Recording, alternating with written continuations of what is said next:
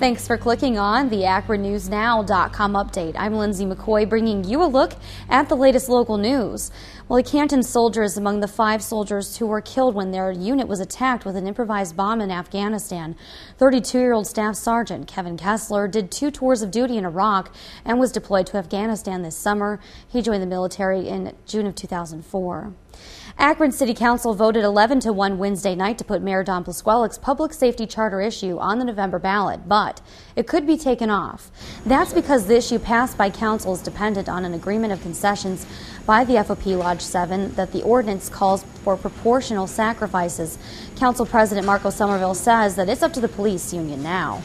Well, what is next is up to the unions to go to the bargaining table and give the concessions as other unions have done in the city, and if they do that, then this issue will go on the ballot. And 2nd Ward Councilman Bruce Kilby was the lone vote against it. I think, we make a mistake when we start mingling all these things together and saying, okay, the school building fund, can we borrow a little bit of that money for this emergency? Right. And I agree, we do need money. Revenues are down. I look at the revenue, and we're no different than any other city, but okay, I think there's other ways to deal with this problem than raiding the school building fund. Now, if passed by the voters, this issue would then extend the income tax for 5 years through December of 2038, not only to cover the money taken out for public safety, but to ensure the school funding is complete.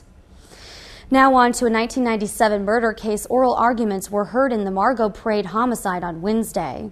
The focus, whether new DNA testing on a bite mark of an Akron doctor's lab coat could prove her husband did not kill her.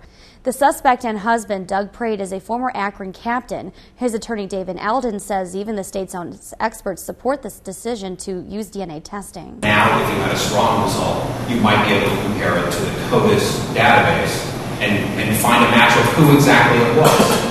But Assistant Summit County Prosecutor Brad Gessner says by law, DNA testing is to prove Parade's guilt, not to exclude him as the killer, and he says evidence that wasn't there when the murder happened won't be there now. The judge is expected to make a ruling on the testing in the coming weeks.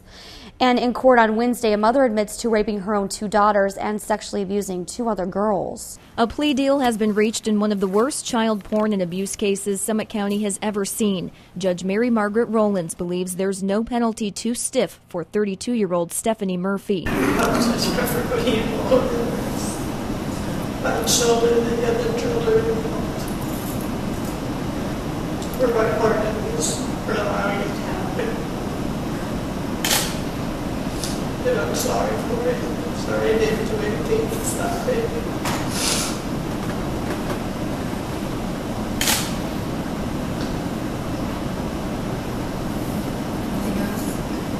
You're the gatekeeper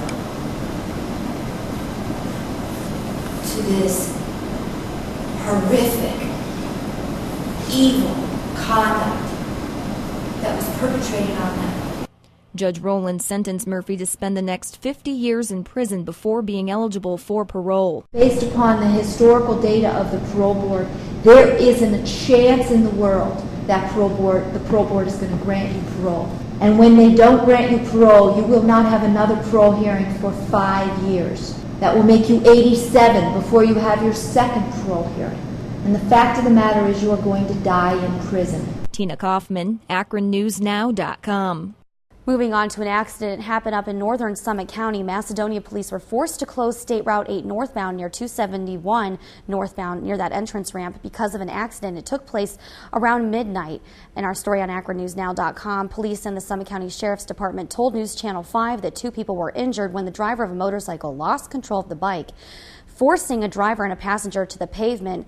2 life flight helicopters were called to the scene where the victims were taken to area hospitals. Their conditions are not available at this time. Now, the road was reopened shortly before 6 o'clock in the morning this morning. And as we look at our local Akron area forecast, we will see warm temperatures today, but then we're going to dip down into cooler temperatures for the rest of your holiday weekend. A high of 89 degrees today, mostly sunny skies. For your Friday, a high of 80. Thunderstorms are likely from tonight into Friday. Saturday, as we look at our weekend forecast for the next 5 days, a slight chance for thunderstorms with a high of only 67 degrees, so it might not be a pool day. On Sunday, high of 70 degrees, mostly sunny skies, and Monday, for Labor Day, we have a high of 76 degrees, mostly sunny skies. Continue to follow AkronNewsNow.com for the latest local news, sports, weather, and traffic updates 24/7. And you can also follow our updates on Facebook and on Twitter, too. For AkronNewsNow.com, I'm Lindsay McCoy.